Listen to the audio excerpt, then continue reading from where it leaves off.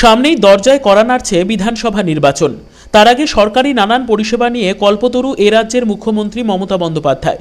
নির্বাচনের আগে মানুষের ঘরে ঘরে পরিষেবা পৌঁছে দিতে দুয়ারে সরকার কর্মসূচি গ্রহণ করেছে পশ্চিমবঙ্গ সরকার, যেখানে প্রত্যন্ত গ্রামগঞ্জ, পৌর এলাকা ও পৌর নিগম এলাকায় পালা করে 4টি রাউন্ডের মাধ্যমে সাধারণ মানুষের হাতে পরিষেবা তুলে দেওয়ার প্রক্রিয়া শুরু হয়েছে।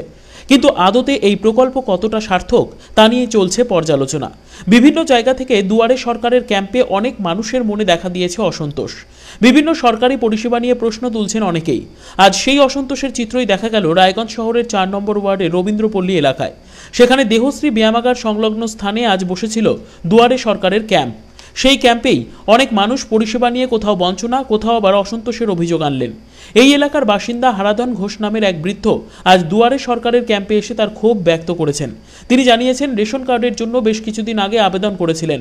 সরকারি তথ্য অনুযায়ী এপ্রিল মাসে তার কার্ড ইস্যুও হয়ে গিয়েছে, কিন্তু তারপর প্রায় 8 মাস পেরিয়ে গেলেও এখনও কার্ড হাতে পাননি তিনি। এছাড়াও সরকারি তথ্য অনুযায়ী তিনি এপিএল হলেও তার কার্ডে দেখা যাচ্ছে বিপিএল। আজ দুয়ারে সরকারের ক্যাম্পে এসে পুনরায় তাকে আবেদন করতে হলো, যার জেরে ক্ষোভ প্রকাশ করেছেন হারাধন বাবু। আমার কার্ড অ্যাপ্লিকেশন করেছিলাম, এটা রায়গঞ্জ মিউনিসিপ্যালিটি অফিসে ওই ওদের ভবনটা আছে বিধানমঞ্চে, এটা জমা নিয়েছিল। কিন্তু দেখা যাচ্ছে এদের ট্যাকাতে দেখা যাচ্ছে এই কার্ড আমার ইস্যু হয়ে গেছে এপ্রিল মাসে, কিন্তু আজ পর্যন্ত আমি কোনো কার্ড হাতে পেলাম না। এখানে আসার পর কি বললেন এনারা? ওনারা বলছে এটা ফর্ম ফিল আপ করতে বলছে, আবার নতুন করে ফর্ম ফিল আপ করতে। আবার এই যে বিষয়ে ফর্ম ফিল আপ করলাম, আর একটা ফর্ম ফিল আপ করলাম। এখন আমি টেবিলে আসছি, কি বলছেন ওনারা দেখছি। আমরা ভাবছি যে এভাবে যদি একটা কাজ হইতে থাকে, যে আজকে দেখাচ্ছে এপ্রিল মাসে তার স্ট্যাটাসে দেখাচ্ছে এপ্রিলের পোস্ট অফিসে কার্ড জমা দিয়েছে। পোস্টম্যানকে জিজ্ঞেস করছি, পোস্টম্যান বলছে আমাদের কাছে আসলে আমরা কার্ড দিব না কেন। হ্যাঁ বঞ্চিত, আমি এখন দেখি কি বলেন ওনারা। কি বলবেন এই ব্যাপারে? এ ব্যাপারে বলবো, দেখি ওনারা কিছু না হলে বলতে হবে যে এই কাজটা যে করছে না, তাহলে কি এটা বলবেন যে এটা প্রহসন, এটা ভোটের আগে একটা চমক? তাই বলতে হবে, কারণ যদি না হয়, আমরা যদি আমাদের যদি সরকারকে এর আগে আমাদের যে প্রসিডিউরে যেতে বলা হয়েছে আমরা গিয়েছি, তার মধ্যে যেটা আরেকটা জিনিস দেখা যাচ্ছে, আমি কিন্তু এপিএল, কিন্তু আমার কার্ড যেটা দেখাচ্ছে বিপিএল ইস্যু হয়েছে। অন্যদিকে একইভাবে রাজু চৌহান, সুশীল কুমার সরকার সহ আরও বেশ কিছু উপভোক্তা এই প্রকল্প নিয়ে একাধিক প্রশ্ন খাড়া করেছেন। এতদিন আবেদন জানিয়েও অনেক ক্ষেত্রে সরকারি সহায়তা পেতে বঞ্চিত হতে হয়েছে সাধারণ মানুষকে।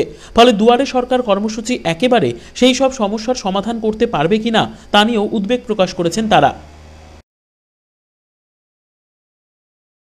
কি কারণে এসছেন এখানে?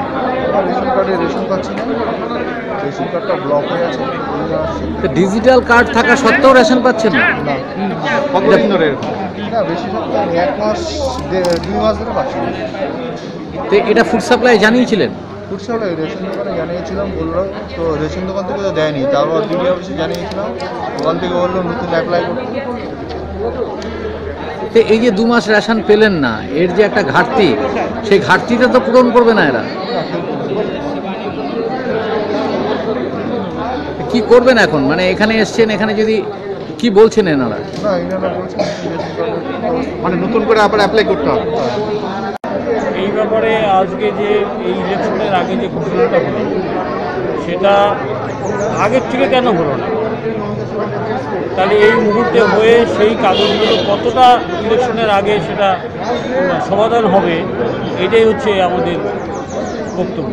স্বাভাবিক, এটা ইলেকশনের সামনে তো প্রহসন মাত্রই, ভোট ব্যাংক তৈরি করা। এটা তো একদম ইলেকশনের মুহূর্তে এতদিন তাহলে কীভাবে ছিল? এর আগে অনেক দিন করেও আমরা ঠিকমতো পাইনি, তাহলে এই মুহূর্তে ইলেকশনের আগে কি সেটা পাওয়া সম্ভব? শুধুমাত্র 4 নম্বর ওয়ার্ড নয়, রায়গঞ্জ শহরের আরও বিভিন্ন ওয়ার্ড থেকেই দুয়ারে সরকার কর্মসূচি নিয়ে অসন্তোষ প্রকাশ করেছেন সাধারণ উপভোক্তারা। যদিও প্রতিটি প্রশাসনিক আধিকারিক ও জনপ্রতিনিধিদের মানুষের হাতে যত দ্রুত সম্ভব পরিষেবা পৌঁছে দেওয়ার বার্তা দিয়েছেন মুখ্যমন্ত্রী। এখন এই প্রকল্পের বাকি ধাপগুলিতে তা কতটা সার্থক হয় সেটাই দেখার। হীরক মুখার্জি রিপোর্ট, কুলিক নিউজ, রায়গঞ্জ।